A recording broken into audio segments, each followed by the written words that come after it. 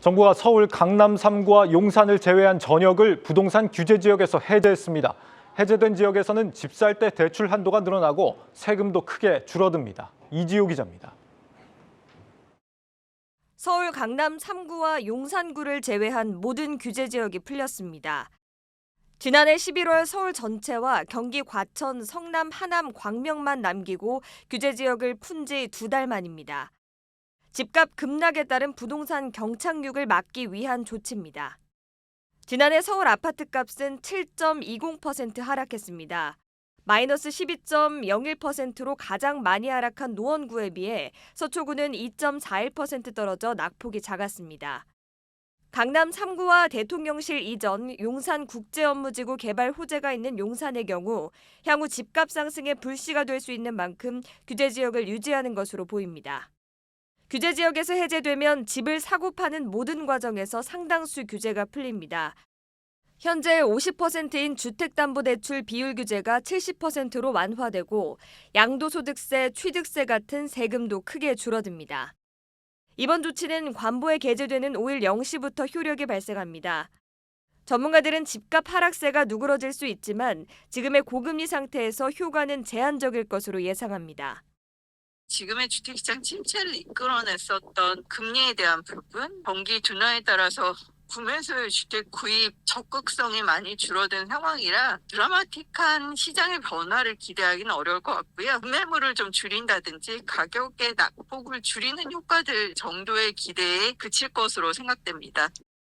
정부는 앞으로도 규제를 풀 수 있는 부분이 있다면 개발 제한 구역, 그린벨트라도 적극 풀겠다며 추가 규제 완화를 예고했습니다.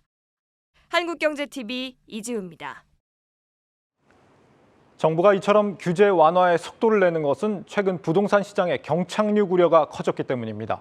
규제 지역 해제에 이어 정부는 이 분양가 상한제 지역 해제, 전매 제한 완화, 실거주 의무 폐지 등 쓸 수 있는 카드를 모두 꺼내들었습니다. 계속해서 정원우 기자입니다.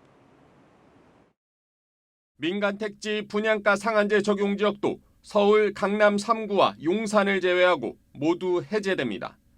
분양가 상한제 지역에서 해제되면 전매 제한과 실거주 의무가 크게 완화되는데 오는 5일 0시 이후 입주자 모집 승인을 신청하는 단지부터가 적용 대상입니다. 정부는 전매 제한과 실거주 의무 규제 자체도 완화하기로 했습니다.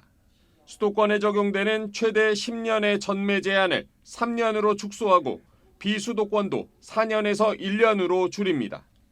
분양가 상한제 주택에 2년에서 5년까지 적용돼 온 실거주 의무도 폐지로 방침을 정했습니다. 법 개정이 필요한 조치들로 향후 소급 적용도 열어뒀습니다.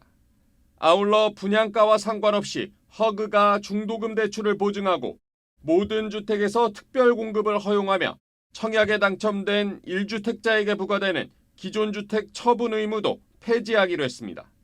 주택 매수를 머뭇거리게 하는 사실상 모든 걸림돌을 없애보겠다는 겁니다.